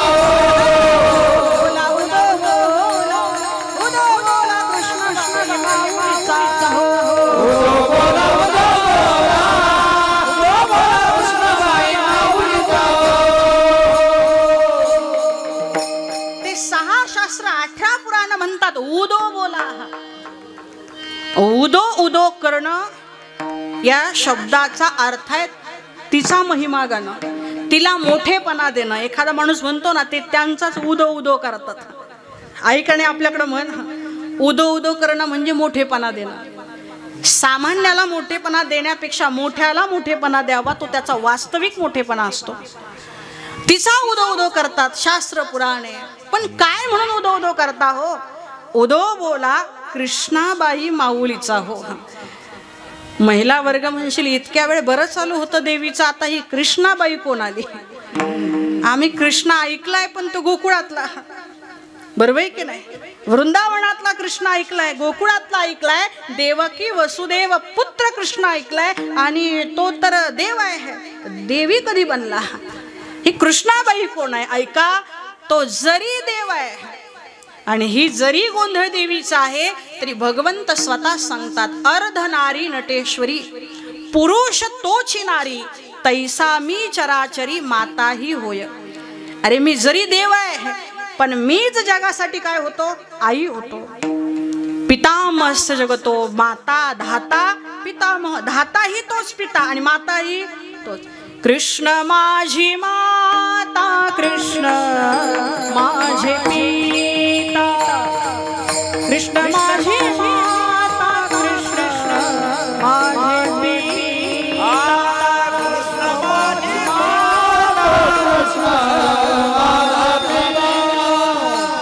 कृष्ण माझी माता,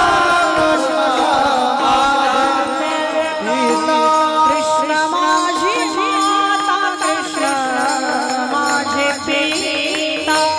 कृष्ण माझी माता कृष्ण माझे पिता कृष्ण माझी माता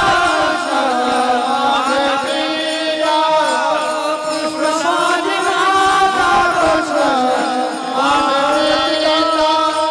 बहीण बळवळू चुलता कृष्ण माझा बहीण बळवळू चुलता कृष्ण माझा कृष्ण माझे गुरु कृष्ण माझे गुरु कृष्ण माझे कृष्ण माझे कारू बंधू तुला कृष्ण बंधू तुला कृष्ण माझे गुरु कृष्ण माझे कृष्ण माझे गुरु कृष्ण माझे कृष्ण माझे माता कृष्ण माझा पिता बहीण बंधू चुलता कृष्ण माझा बहीण बंधू कृष्ण माझे कृष्ण माझा पिता बहीण बंधू चुलता कृष्ण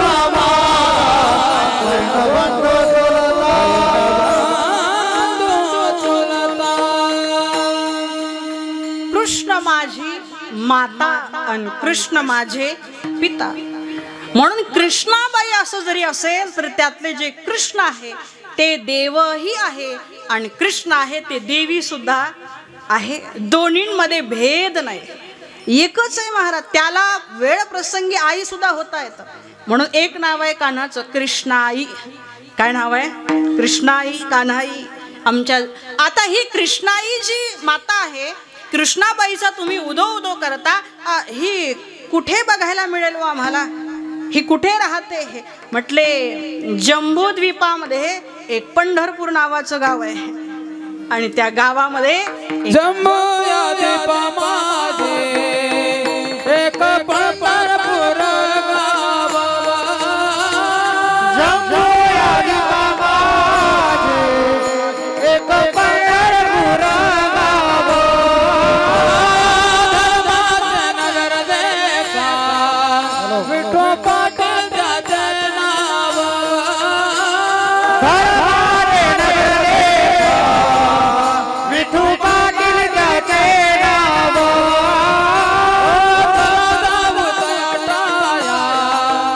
काही भोजन मागाया चला जाऊ तयारा काही भोजन मागाया. चला जाऊ तयारा काही भोजन मागाया.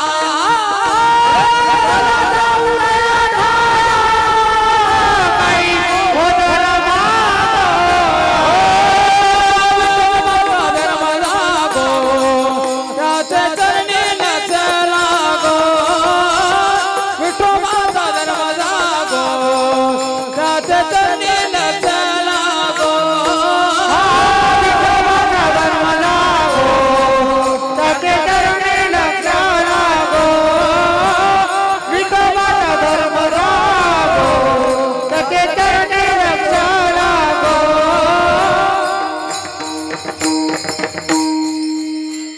जम्बू या द्वीपामाझी एक पंढरपूर गाव आहे. त्या पंढरपुरामध्ये ही देवी असते.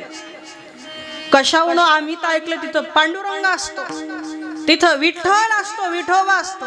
अरे तो जर फक्त विठ्ठल असताना पांडुरंग असताना विठोबा असता तर आमच्या जनाबाईने एवढी आर्त हाक मारली नसती, ये ग विठाबाई.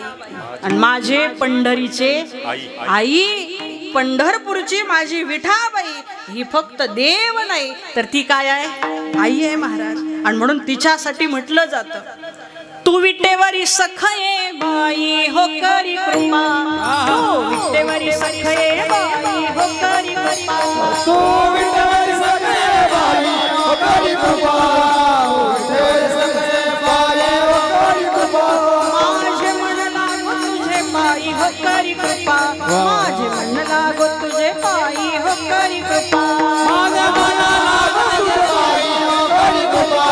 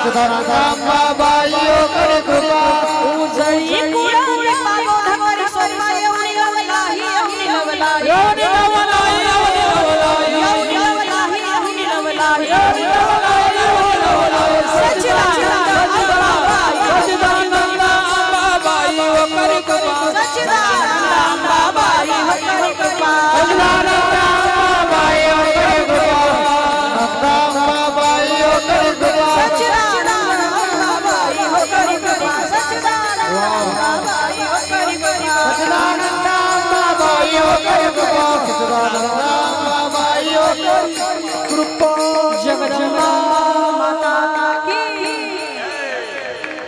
ही पंढरपुरातली आई भगवती आहे म्हणून विठाबाई कान्हाई कृष्णाई म्हणून उदो बोला उदो बोला उदो बोला कृष्णाबाई माऊलीचा हो जेने गीता उपदेशिली ते हे विटेवरी माऊली गीता सांगणारे कृष्ण आहे ना ते विटेवर गेले म्हणून ती कृष्णाबाई आहे आणि तिचा उदो उदो करतोय गोंधळाच्या माध्यमातून मग गोंधळ म्हटलं की वाद्य येतात की नाही कीर्तन म्हटल्यावर मृदुंग आनंद नाचतियो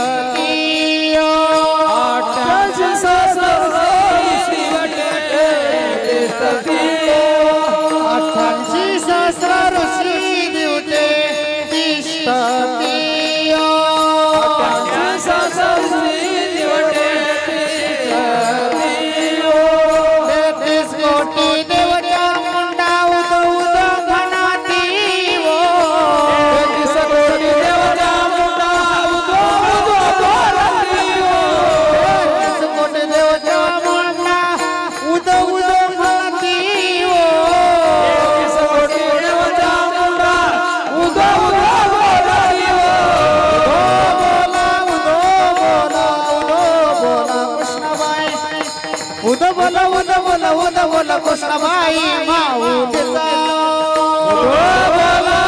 बोला कृष्णाबाई माऊलीचा बोला कृष्णाबाई माऊलीचा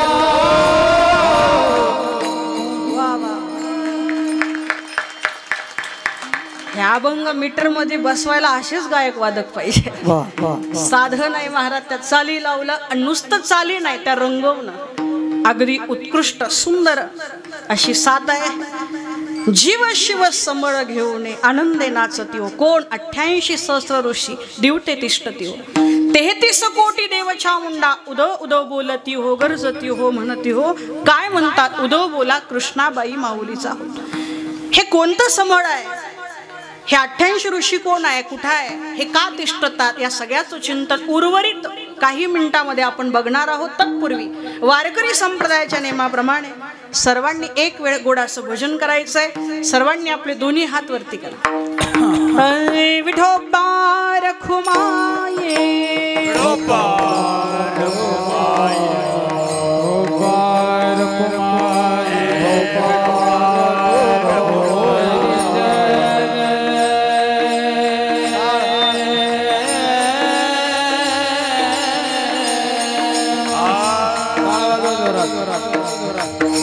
हरि जय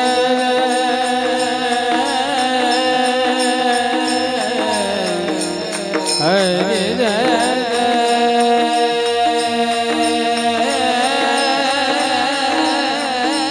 हरि जय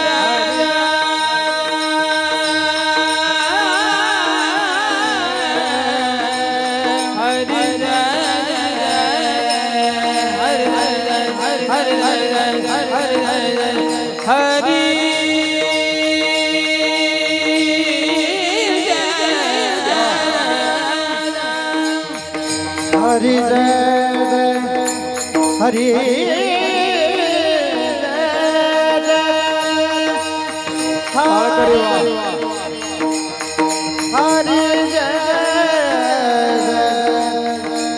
हरि जय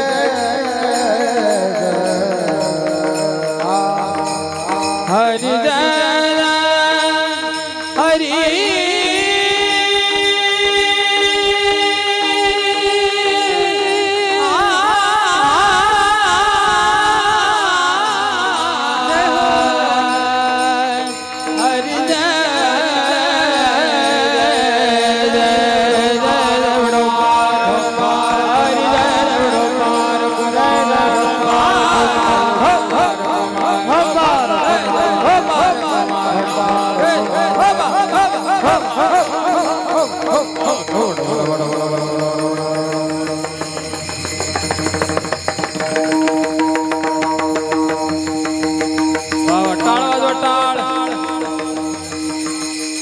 टाळ टाळ टाळ दुसरे आणू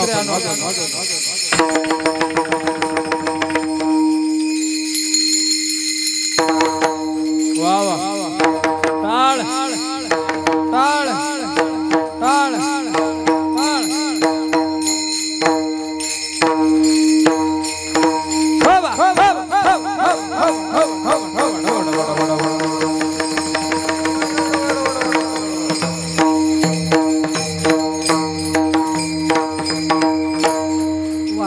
आपण टाळ्या वाजवा. सदा नाम घोष करू हरी कथा तेने सदा चित्ता समाधान सर्व सुख ल्यालो सर्व अलंकार आनंदे निर्भर डुलत असो. हा आनंद वैकुंठात सुद्धा नाही. वा सुंदर नियोजन, सुंदर टाळकरी. आनंद वाटतो. टिपऱ्या खेळणारे हात टाळ घेतायत. ही क्रांती आमच्या सुनीताताई महाराजांच्या माध्यमातून या सर्व महिला भगिनींच्या उत्साहातून सहकार्यातून होते. सामान्य नाही. ताईंनी मला आल्यानंतर सांगितलं या सर्व महिलांचा एवढा भगवतीच्या सेवेत उत्साह असतो की यांच्या कष्टामुळे हा सप्ताह चालू आहे. सप्ताह करणं म्हणजे अनेकांना माहिती सामान्य गोष्ट नाही. महिलांनी सप्ताह करणं म्हणजे ही खरंच अभिमानास्पद गोष्ट आहे.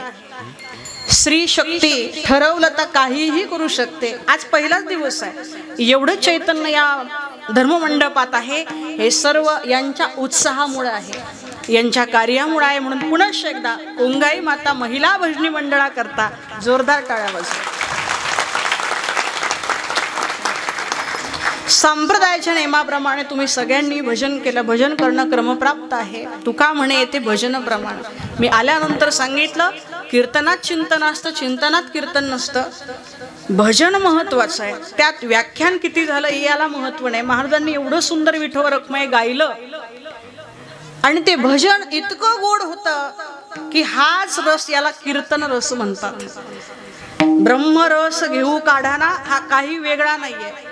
जिथं सगळं विसरायला होतं आणि ते नाम गोड लागायला लागतं ना ते कीर्तन आहे. म्हणून सर्वांनी भजन करणं महत्वाचं आहे. या धर्ममंडपात येताना भले रिकामे या, पण जाताना आपल्याकडे नामचिंतनाचं पुण्य पाहिजे की मी 2 तास वाया घातले नाही, इथं बसून भगवंताचं चिंतन केलं.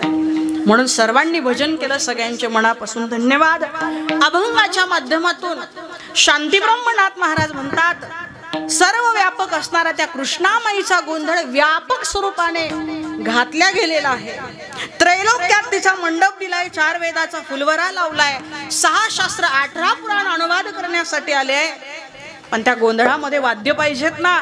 त्या वाद्याचा मधुर ध्वनी जसं या मंडपात पखवाजाचे बोल गुणगुणतायत किंवा गरजतायत त्या पद्धतीने या ठिकाणी गोंधळ म्हटलं की त्याला वाद्य लागतात, संबळ लागतं. बरोबर की नाही? अजून काय लागतं? संबळण अजून काय लागतं? गोंधळाचा फार काही आपल्याला ज्ञान नाही, पण काही काही वाद्य असतात.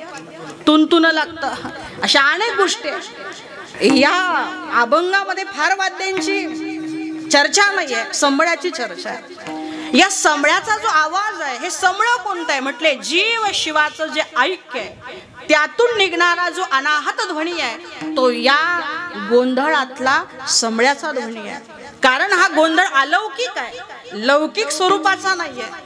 हा ध्वनी आहे आणि हा गोंधळ घालत असताना या गोंधळामध्ये आनंदाने जसं या कीर्तनात या महिला वर्ग पुरुष मंडळी नाचतायत हे बालगोपाल, तसं या गोंधळात नाचणारे कोण आहे म्हटले सामान्य नाहीये. 88,000 ऋषी जे आहेत ते दिवटे झाले, ते तिष्ठतात या गोंधळासाठी आणि गोंधळामध्ये आनंद घेतात. कुठे कुठे तिष्ठतात? तिष्ठणे म्हणजे वाट बघणे. ते वाट बघतात कधी भगवतीचा गोंधळ होईल, कधी आम्हाला श्रवण घडेल. कुठं असतात हे? नैमिषारण्यामध्ये. नैमिष्ये निमिष क्षेत्रे ऋषया शौनकादया सत्रम स्वर्गाय लोकाय सहस्र सममासतः. हजारो वर्ष 88,000 ऋषी नैमिषारण्यामध्ये बघतात, वाट बघतात कुणीतरी येईल आणि आम्हाला भगवत चिंतन सांगेल, म्हणजे भगवतीचा महिमा सांगेल, भगवंताचा महिमा सांगेल. ते 88,000 ऋषी या गोंधळातले दिवटे आहेत. अजून कोण येतं म्हटले या गोंधळामध्ये? ऐका, काही नियम असतात कीर्तनाचे, कथेचे. श्रवणाचे गोंधळाचे काय असेल ते इथं तिष्ठत असणं फार महत्वाचं आहे. नियम असा आहे, वक्ता येण्याच्या अगोदर श्रोत्याने यावं आणि वक्त्याची वाट बघत तिष्ठत बसावं. कधी वक्ते येतील, कधी कीर्तनकार येतील, कधी कथाकार येतील, आम्हाला कथा सांगतील. ही विरह किंवा ही अग्नी ज्याला म्हणतात, तप्तता ज्याला म्हणतात, जोपर्यंत श्रोत्याच्या ठिकाणी निर्माण होत नाही तोपर्यंत त्या ऐकण्यामध्ये तेवढी श्रद्धा राहत नाही. अगोदर श्रोत्याने यावं, मग कोणी यावं? वक्त्याने. इथं बरेच श्रोते आले होते, पण काही ठिकाणी जर आम्ही गेलो ना, अनुभव आहे, वक्त्याला यावं लागतं आणि वक्त्याला तिष्ठत बसावं लागतं. कधी ऐकणारे येतील आणि कधी सुरुवात करायची अशी परंपरा नाहीये. तिष्ठायचं कोणी? ऐकणाऱ्याने. म्हणून 88 सहस्र ऋषी दिवटे तिष्ठत. या गोंधळात अजून कोण सम्मिलित झालाय म्हटले? साधे साधे नाही, 33 कोटी देव चामुंडा बनून या गोंधळात आले. 33 कोटी देव. आपल्या संस्कृतीमध्ये, धर्मामध्ये देवांची संख्या म्हणून हे सांगितलं जातं. किती देव आहे आमच्याकडं? 33 कोटी. काही लोक म्हणतात 33 करोड. करोड नाही, फक्त कोटी या शब्दाचा अर्थ आहे प्रकारचे. आपल्याकडे 12 आदित्य आहे, 8 वसु आहे, 11 रुद्र आहे आणि 2 अश्विनी कुमार. याची बेरीज केली तर किती होते? 33. हे 33 प्रकारचे जे देव आहे ना, हे सर्व देवता या गोंधळामध्ये महाराज चामुंडा बनून येतात आणि नृत्य करतात. ते सुद्धा म्हणतात उदो बोला, उदो बोला, उदो बोला, उदो बोला, उदो बोला, कृष्ण माऊलीचा हो. उदो बोला, उदो बोला, उदो बोला, कृष्णाबाई माऊलीचा हो. बोला, उदो बोला, उदो बोला, कृष्णबाई माऊलीचा हो. उदो बोला, उदो बोला, उदो बोला, कृष्णाबाई माऊलीचा हो. नाथ बाबा, तुम्ही हा जो गोंधळ वर्णन केला हा व्यापक गोंधळ आहे हो. त्रैलोक्यात याचा मंडप आहे, याचे अनुवादक श्रेष्ठ आहे, गाणारे, सांगणारे किंवा ऐकणारे 88,000 ऋषी, हा सगळा व्यापक गोंधळ आहे. पण आम्हाला हा गोंधळ बघायचा आहे. काय करायचं आहे? बघायचं आहे. पण त्रैलोक्यातला आपल्याला ह्या डोळ्यांनी बघता येईल का? अहो, पाठीमागचं दिसत नाही. आपल्या पाठीच्या मागं काय आहे हे आपल्याला दिसत नाही.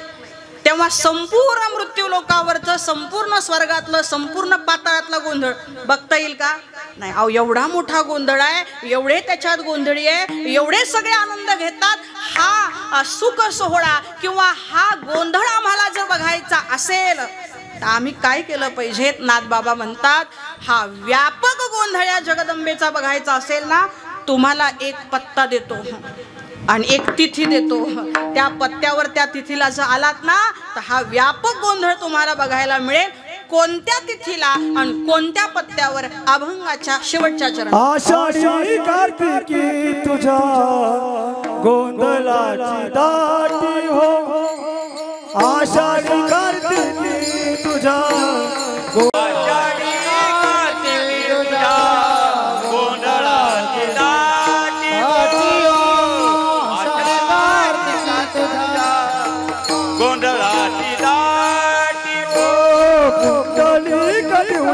शोभे वाळवंती हो.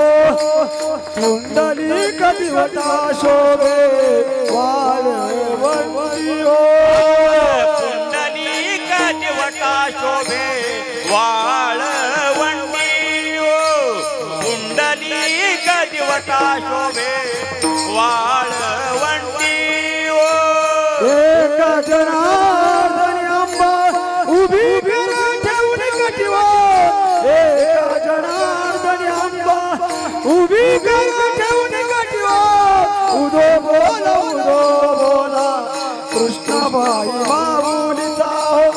उदो बोला, उदो बोला, कृष्णाबाई माऊलीचा हो. उदो बोला, उदो बोला, कृष्णाबाई माऊलीचा हो. उदो बोला, उदो बोला, कृष्णाबाई माऊलीचा.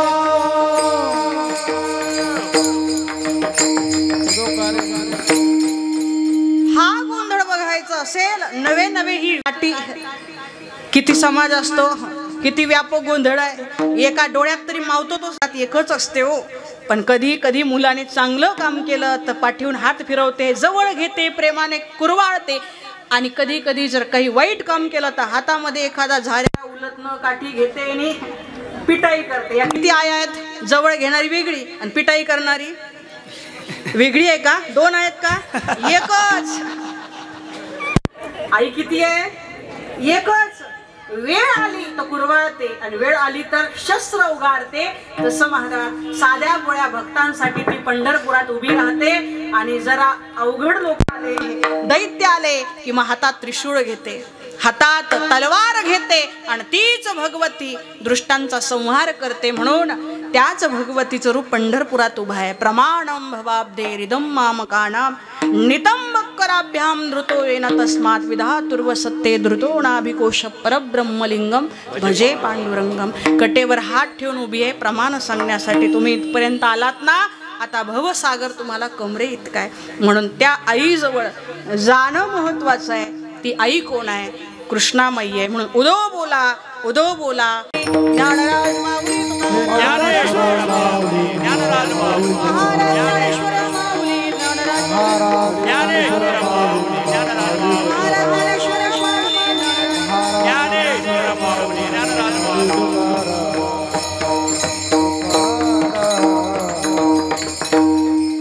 यथामथी यथावकाश संकल्पित वेळेत अल्पशा बुद्धीने जमेल तसं चिंतन या ठिकाणी करण्याचा प्रयत्न केला तरी सुद्धा योग्य असेल साधू संतांचे बोल म्हणून ग्रहण करा, अयोग्य असेल माझ्या वाणीचा आणि बुद्धीचा दोष म्हणून मला माफ करा. आज खऱ्या अर्थाने ही सेवा गोड करून घेण्यासाठी गोड अशी साथ मला प्राप्त झाली. ज्यांनी गायनाची गोड अशी साथ दिली ते महाराष्ट्रातील नामवंत गायनाचार्य आमचे बंधू हरिभक्तीपरायण श्री गोरख महाराज गतीर मुंडेगावकर, तसेच त्यांच्या सोबतीने साथ देणारे आदरणीय श्री अक्षय महाराज वाघ, तसेच आमच्या वनारवाडीचे अण्णा अरुण अण्णा महाराज चव्हाण, त्यांचेही मनापासून धन्यवाद. या ठिकाणी अमोल महाराज पाटील तसेच संजय महाराज हातनोऱ्याचे तेही उपस्थित आहे. मृदुंगाची साथ देणारे दोन्हीही वादक आमचे हरिभक्तीपरायण महेश महाराज जगताप, तसेच या ठिकाणी माऊली महाराज नाठे पाडेकर, त्यांचे मनापासून धन्यवाद. आदी करून बरीच गुणीजन मंडळी उपस्थित आहे. हार्मोनियमची साथ देणारे हरिभक्तीपरायण संजय महाराज, त्यांनी गोड अशी हार्मोनियमची साथ दिली, सांभाळून घेतलं, त्यांच्याही मनापासून धन्यवाद. आज माझ्या समोर बसलेल्या मंडळींमध्ये बरेच परिचित ज्येष्ठ श्रेष्ठ अशी मंडळी आहे, त्यांचे मनापासून धन्यवाद. आमच्या कानडीचे हरिभक्तीपरायण नारायण बाबा सुद्धा आज इथं उपस्थित आहे, त्यांचे मनापासून धन्यवाद. पंचक्रोशी कोराटा असेल आमचे गोरख भाऊ शिंदे या ठिकाणी उपस्थित आहे. तसेच वनारवाडीचे सरपंच आमचे दादा सुद्धा या ठिकाणी उपस्थित आहे. आदी करून आलेली सर्व मंडळी, सगळ्यात महत्त्वाचे आभार सगळा महिला वर्ग सुद्धा. वक्ता तो वक्ता नव्हेचे, श्रोते विना. किती मोठा वक्ता असू द्या, पण श्रोते नसेल तर आज पहिला दिवस आहे, मंडप भरलेला आहे, नक्कीच शेवटच्या दिवशी हा पुरणार नाही. कोंगाई मातेच्या कृपेने अगदी उत्साहामध्ये सगळे आहे. श्रोतू वर्गाचे सुद्धा आभार. माझ्या सोबत आलेले माझे पतिदेव हरिभक्तीपरायण भरत महाराज जाधव, तसेच मोहाडीहून आलेले आमचे बंधू हरिभक्तीपरायण अनिल भाऊ गोवर्धने, सपत्नीक सकुटुंब या ठिकाणी उपस्थित आहे, त्यांचे सुद्धा अगदी मनापासून धन्यवाद. या सेवेकरता सिस्टीमची साथ देणारे सिस्टीम ऑपरेटर भाऊ, त्यांचे सुद्धा मनापासून धन्यवाद. सगळ्यात महत्त्वाचं म्हणजे ह्या टाळकरी महिला वर्ग ह्या आयोजनासाठीही श्रमतात आणि आज टाळ घेऊन सुद्धा उभ्या राहतात. 7ही दिवस त्यांची अशी साथ राहणार आहे, त्यांचे आभार. भालदार चोपदार, मी यांचे विशेष आभार मानत असते, कारण ही मंडळी अशी उभे राहतात आणि कीर्तन करा म्हणून सांगतात, तोपर्यंत खाली जायचं सुट्टी नाही, कीर्तन करून घेतलं, त्याच्याबद्दल त्यांचे सुद्धा आभार. या कार्यक्रमाचं यूट्यूबच्या माध्यमातून प्रसारण करण्याचा कुणाचा मानस आहे, म्हणून यूट्यूब चॅनलवाले सुद्धा भाऊ इथं आहे, त्यांचे सुद्धा. कोणता चॅनल आहे? भक्तिनाद चॅनलच्या माध्यमातून हे प्रक्षेपणही चालू आहे, त्यांचे सुद्धा अगदी मनापासून मी धन्यवाद व्यक्त करते. झालेली सेवा खऱ्या अर्थाने पुनश्च एकदा कोंगाई माता ताईंनी मला आल्यानंतर खूप सुंदर अशी माहिती दिली. मलाही माहीत नव्हतं जवळ असून सुद्धा. स्वराज्याची स्थापना करणारे छत्रपती शिवाजी महाराज सुरत लुटून येत असताना इथे रणतळ आहे, तिथं त्यांचं युद्धही झालं. पण महाराजांना थांबण्याचा किंवा सावधानतेचा इशारा जर कुणी दिला असेल तर त्या आई भगवतीने दिला. अंगावरती पाठीमागून थाप टाकली. महाराजांनी विचारलं, कोण ग आई? म्हणून तिचं नाव पडलंय कोंगाई. ऐका, जो धर्माचं काम करतो ना त्याला भगवती आपली शक्ती देत असते. जो चांगलं सत्कर्म करतो ना देव त्याच्या पाठीमाग आहेच. म्हणून तुका म्हणे सत्य कर्मा व्हावे.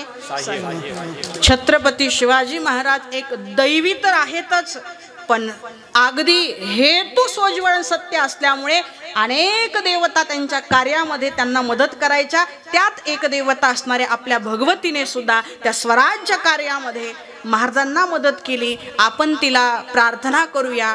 आमच्याकडून थोडंसं खारीच्या वाटेनं धर्माचं कार्य झालं तर हे भगवती आम्हाला सुद्धा तुझं सहकार्य आणि तुझे आशीर्वाद असू दे. हे कोंगाई मातेच्या चरणी आपण प्रार्थना करूया आणि कीर्तनाचा समारोप करूया. भजन घ्यायचं. निवृत्ती राजा निवृत्ती राजा सोपानचा बाई ज्ञान हातवर हात. निवृत्ती राया निवृत्ती राया सोपानमुक्ता बाई ज्ञान सखया. सोपान मुक्ता बाई ज्ञान सखया.